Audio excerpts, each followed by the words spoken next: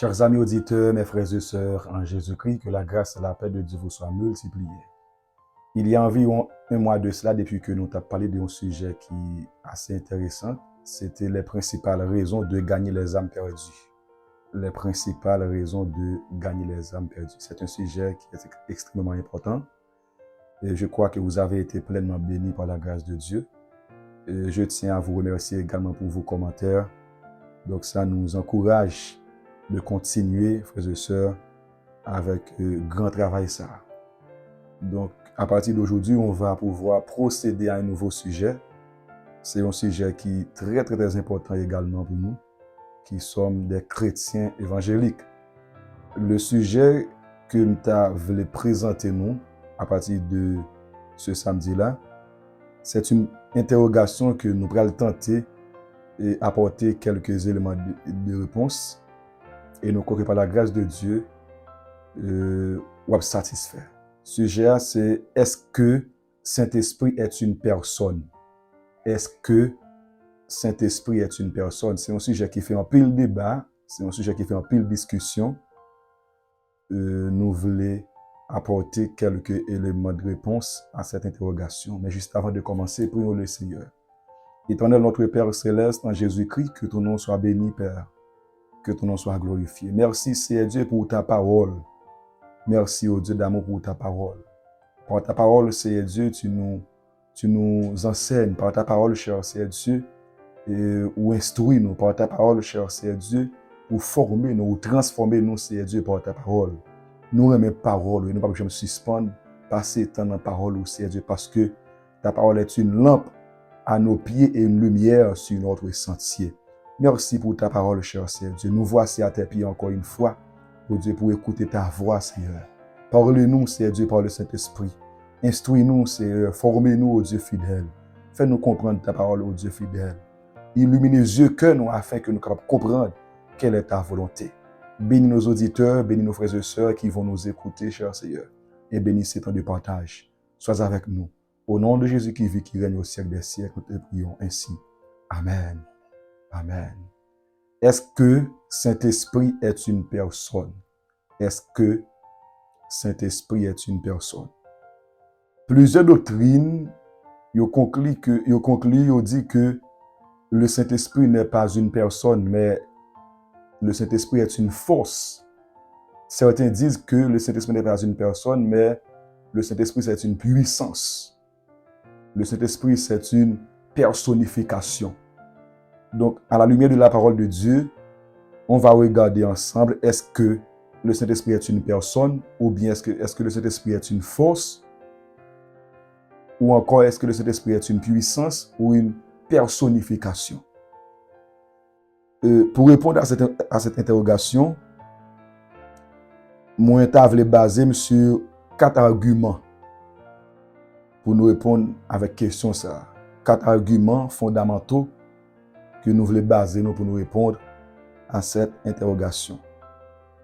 Premier argument que nous voulons apporter, nous voulons voir avec vous les attributs d'une personne. Les attributs d'une personne. Ou du moins les caractéristiques d'une personne. Qui ça qui fait une personne? Les attributs d'une personne. L'un des attributs d'une personne, frères et sœurs, c'est l'intelligence. C'est l'intelligence. Le Saint-Esprit possède une intelligence. Le Saint-Esprit possède une intelligence. Si vous regardez avec moi 1 Corinthiens chapitre 2, versets 10 et 11. 1 Corinthiens chapitre 2, versets 10 et 11. Dieu nous les a révélés par l'Esprit, car l'Esprit sonde tout, même les profondeurs de Dieu. Qui donc, parmi les hommes, connaît les choses de l'homme, si ce n'est l'Esprit de l'homme qui est en lui? De même, personne ne connaît les choses de Dieu, si ce n'est l'Esprit de Dieu. Nous avons oublié verset 12 également. Or, nous n'avons pas reçu l'Esprit du monde, mais l'Esprit qui vient de Dieu, afin que nous connaissions les choses que Dieu nous a données par sa grâce. Ce texte, frères et sœurs, nous a révélé l'intelligence du Saint-Esprit. Le Saint-Esprit possède l'intelligence. C'est l'un des attributs d'une personne, c'est l'intelligence. L'intelligence. Ça, c'est l'une des facultés de l'âme. Les facultés de l'âme, c'est l'intelligence. Et deuxièmement, le Saint-Esprit possède une pensée, selon Romains chapitre 8, versets 26 et 27. La Bible dit, de même aussi l'Esprit nous aide dans notre faiblesse, car nous ne savons pas ce qu'il convient de demander dans nos prières. Mais l'Esprit lui-même intercède par des soupirs inexprimables. Et celui qui sonde les cœurs connaît la pensée de l'Esprit, parce que c'est selon Dieu qu'il intercède en faveur des saints. Le Saint-Esprit possède une pensée. Le Saint-Esprit, non seulement il possède une intelligence, mais il possède aussi une pensée, selon Romains chapitre 8, versets 26 et 27. Troisièmement, le Saint-Esprit est capable d'enseigner. Le Saint-Esprit est capable d'enseigner, selon 1 Corinthiens chapitre 2, verset 13. 1 Corinthiens chapitre 2, verset 13. La Bible dit, et nous en parlons, non avec des discours qu'enseigne la sagesse humaine, mais avec ceux qu'enseigne l'Esprit, employant un langage spirituel pour les choses spirituelles. Le Saint-Esprit est un enseignant, frères et sœurs. Une force ne peut pas enseigner. Une puissance ne peut pas enseigner, mais une personne peut enseigner. Une personne possède une intelligence. Une personne possède une pensée. Donc, troisièmement, le Saint-Esprit éprouve des sentiments. Il éprouve des sentiments. Selon Éphésiens chapitre 4, verset 30. N'attristez pas le Saint-Esprit, par lequel vous avez été scellés pour le jour de la rédemption. Le Saint-Esprit éprouve des sentiments. Donc, c'est-à-dire que le Saint-Esprit est capable d'attrister, nous capable d'attrister le Saint-Esprit. Maintenant, pour être attristé, il faut qu'on ait un sentiment. Et si pour être attristé, il faut qu'on ait un sentiment. Et le sentiment, c'est un attribut d'une personne. C'est un attribut d'une personne. Seulement une personne qui peut avoir des sentiments. Seulement une personne qui peut avoir des sentiments, qui peut éprouver des sentiments. Donc le Saint-Esprit éprouve des sentiments. On peut attrister le Saint-Esprit. Selon 1 Corinthiens chapitre 12, verset 11, le Saint-Esprit éprouve aussi de volonté. Là encore, c'est l'une des facultés de l'âme, non seulement l'intelligence, les sentiments et la volonté. Le Saint-Esprit éprouve de volonté. Regardons avec nous 1 Corinthiens 12, verset 11. La Bible dit, un seul et même esprit opère toutes ces choses, les distribuant à chacun en particulier comme il veut. Comme il veut. Ça, c'est la volonté. Donc, le Saint-Esprit a une volonté, frères et sœurs. Maintenant, une force ne peut pas avoir de la volonté. Une puissance ne peut pas avoir de la volonté. Seulement une personne qui peut éprouver de la volonté. Seulement une personne qui peut posséder une intelligence. Seulement une personne qui peut éprouver des sentiments.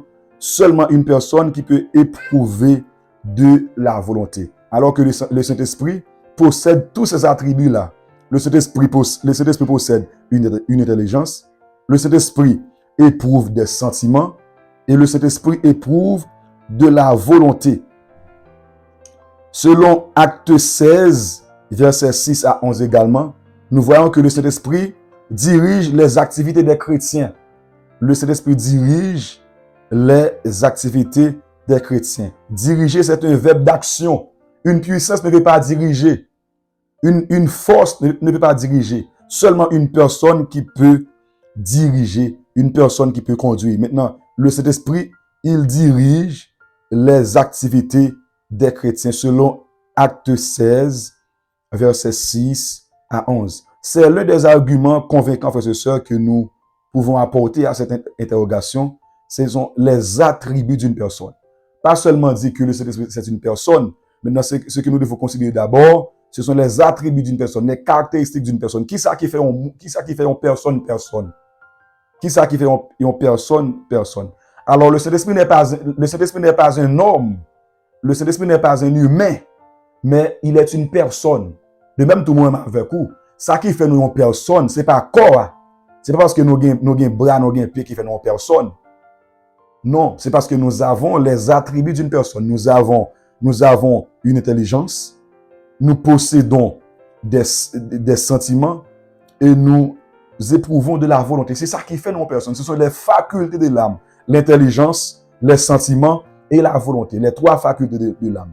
L'intelligence, les sentiments et la volonté. C'est ça qui caractérise comme personne. C'est ça qui caractérise comme personne. C'est ça qui fait une personne. C'est intelligence que vous gagnez. C'est sentiment que vous gagnez. C'est volonté que vous gagnez. Maintenant, le fait que le Saint-Esprit possède ses attributs, donc nous pouvons conclure pour dire que le Saint-Esprit est une personne. Le fait que le Saint-Esprit possède une intelligence, selon 1 Corinthiens 2, versets 11 et 12, le Saint-Esprit éprouve des sentiments, selon Éphésiens 4, verset 30, c'est-à-dire on peut attrister le Saint-Esprit. Et troisièmement, le Saint-Esprit éprouve de la volonté. Le Saint-Esprit est capable de vouloir, de même aussi, il est capable de vouloir. C'est ça la volonté. C'est il distribue dons selon 1 Corinthiens 12, verset 11, comme il veut. Comme il veut, il fait ce qu'il veut. C'est ça, frères et sœurs, les attributs d'une personne. C'est l'un des 4 arguments que nous partageons avec vous qui prouvent que le Saint-Esprit n'est pas une puissance. Le Saint-Esprit n'est pas une force. Le Saint-Esprit n'est pas une personnification, mais il est une personne. Il est une personne.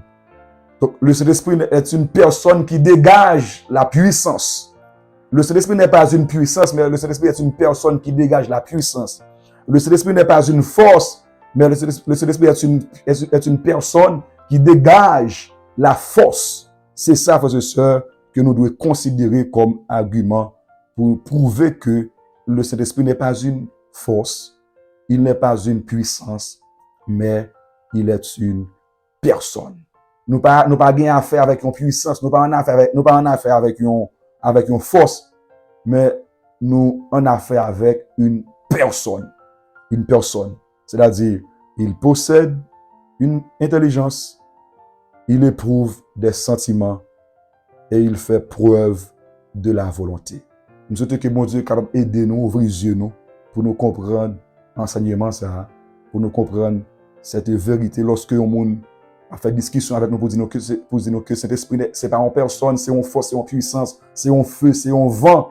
Donc pour nous gagner un argument convaincant qui prouve que, eh bien, cet esprit est bien et belle une personne. Prions le Seigneur. Père, merci. Cet esprit, merci, parce que tu n'es pas une force.